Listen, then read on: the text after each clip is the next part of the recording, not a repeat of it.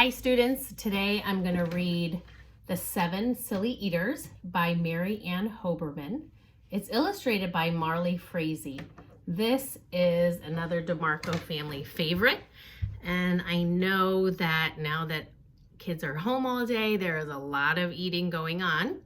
So maybe reading this book you'll be inspired to eat something else in your house besides the same old stuff. Not so long ago, they say, a mother lived just like today. Mrs. Peters was her name. Her little boy was named the same. Now Peter was a perfect son in every way except for one.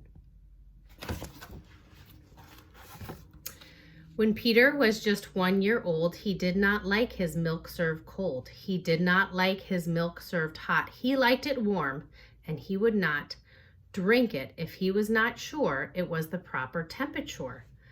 But Mrs. Peters did not mind. She was a mother, sweet and kind, and when his milk spilled on the floor, she patiently prepared some more.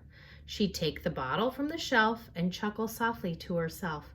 What a silly sort of eater is my darling baby Peter.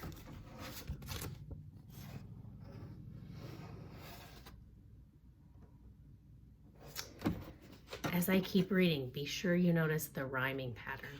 This story rhymes. When Peter had not yet turned 2, another baby, sweet and new, was born. Dear Lucy, small and fair, with big blue eyes and curly hair. But long before this child was grown, she had opinions of her own, of what she'd eat and what she'd not. She hated milk, both cold and hot. And warm was worst of all. Instead, whenever Lucy dear was fed, she bellowed for pink lemonade, not from a can. Oh no, homemade. Look at her screaming in that baby seat. Can you just hear her bellowing for lemonade? But Mrs. Peters did not mind. She squeezed each lemon to its rind while mopping milk up from the floor and patiently preparing more. She'd take the lemons from the shelf and giggle softly to herself. What a silly pair of eaters are Lucy dear and Peter Peters.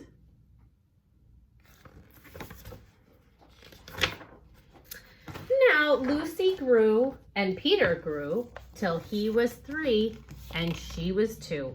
And who was one? Why, little Jack, with eyes so brown and hair so black, a happy baby, never cross, but all he'd eat was applesauce. Peeling apples by the pound, Mrs. Peters faintly frowned. She'd take the apples from the shelf and murmur weakly to herself, what a silly bunch of eaters are Lucy, Jack, and Peter Peters.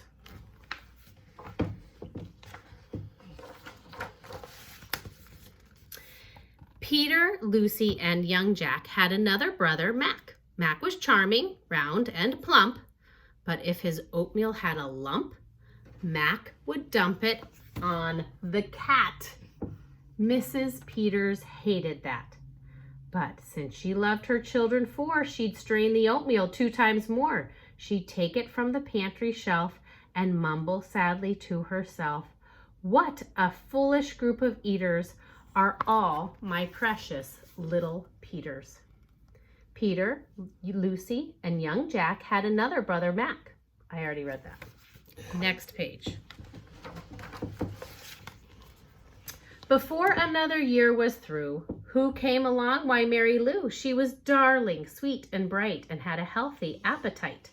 That is, as long as she was fed soft and squishy homemade bread. Poor Mrs. Peters got no rest, but still she did her very best. She'd take the flour from the shelf and mutter feebly to herself, what a fussy bunch of eaters are all my lovely little Peters. A year rolled by, the children grew, they really are a splendid crew, sighed Mrs. Peters, pinning pins and diapering her brand new twins. Twins? She had twins. Impossible to tell apart, but Flo liked poached eggs, Fran liked fried. If she mixed them up, they cried. You'll have to see if you can try fried eggs at home and poached eggs at home. Leah likes fried eggs. I've never had luck making poached eggs. Good luck if you can make them at home. Tired to the very bone, Mrs. Peters groaned a groan. She'd take the eggs down from the shelf and whisper weakly to herself, "What persnickety, young eaters, are all my 7 little Peters?"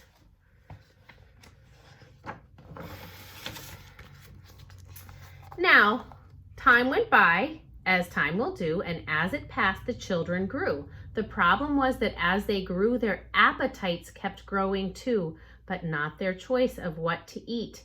Each child continued to repeat. They wanted what they'd had before. The trouble was, they wanted more. Creamy oatmeal, pots of it. Homemade bread and lots of it. Peeling apples by the peck. Mrs. Peters was a wreck. Look at that. Look at this picture. The whole family is peeking in. The house has a lot going on in it, and everybody is seeing Mrs. Peters. She's a wreck.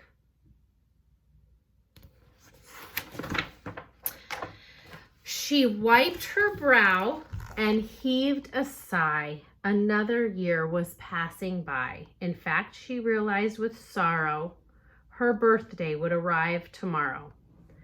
Drearily she shook her head and wearily went up to bed. Oh, they're all watching her again.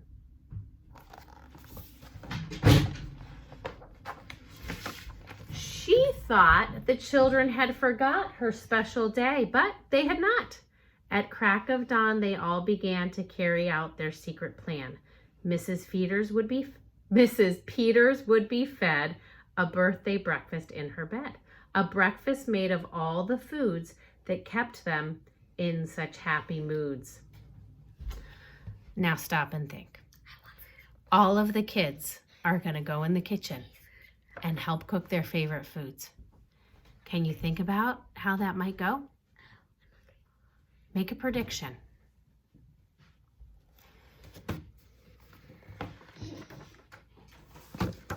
So, while their weary mother slept, down the stairs the children crept, and from the cupboards and the shelves, happily they helped themselves. Cheerfully they chopped and stirred, preparing what they each preferred, but despite the pains they took, since nobody knew how to cook, to measure things, or to make them hot, the more they tried, the worse it got.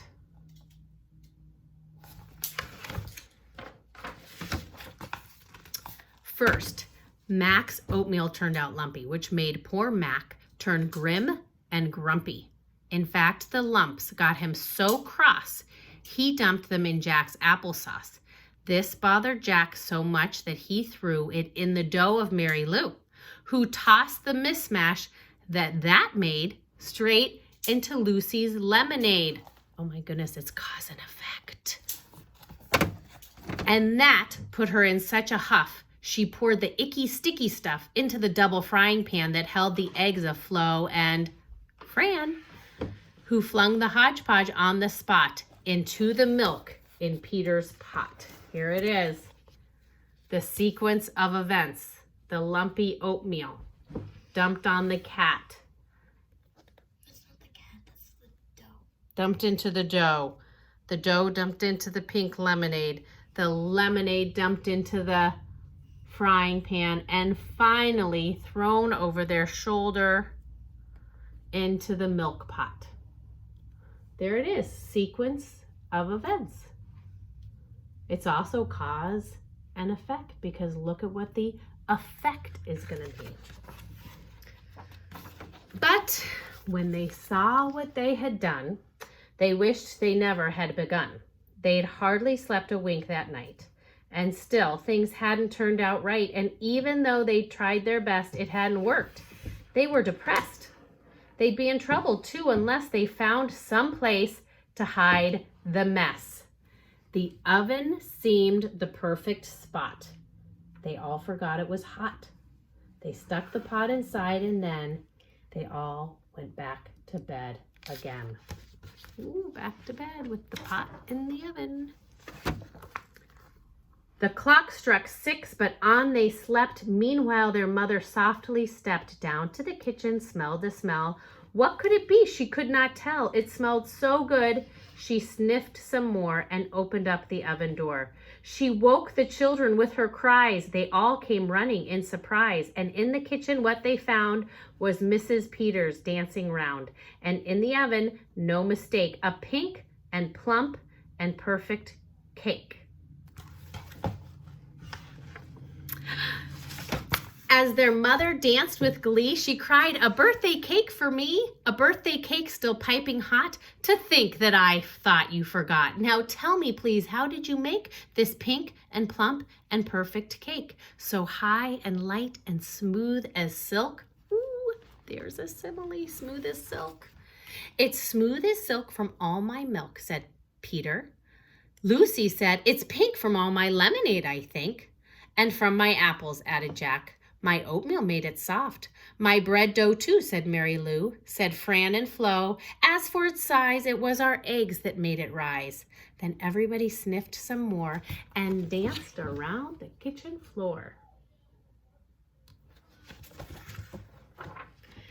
They put the cake upon a dish and lit the candles. "Make a wish," the children cried, "before you blow." And Mrs. Peters did just so. And what is more, her wish came true, as birthday wishes often do. There they are. Look, even the dog's coming in for the fun. And from that day to this, 'tis said, the Peters family is all fed. A single, simple meal, just one, a meal that's good for everyone, a meal on which they all agree, made from their secret recipe. They all take turns in mixing it. They all take turns in fixing it. It's thick to beat and quick to bake. It's fine to eat and fun to make. It's Mrs. Peters' birthday. Did you get it? Cake. There they are. The end. I hope you loved the 7 Silly Eaters.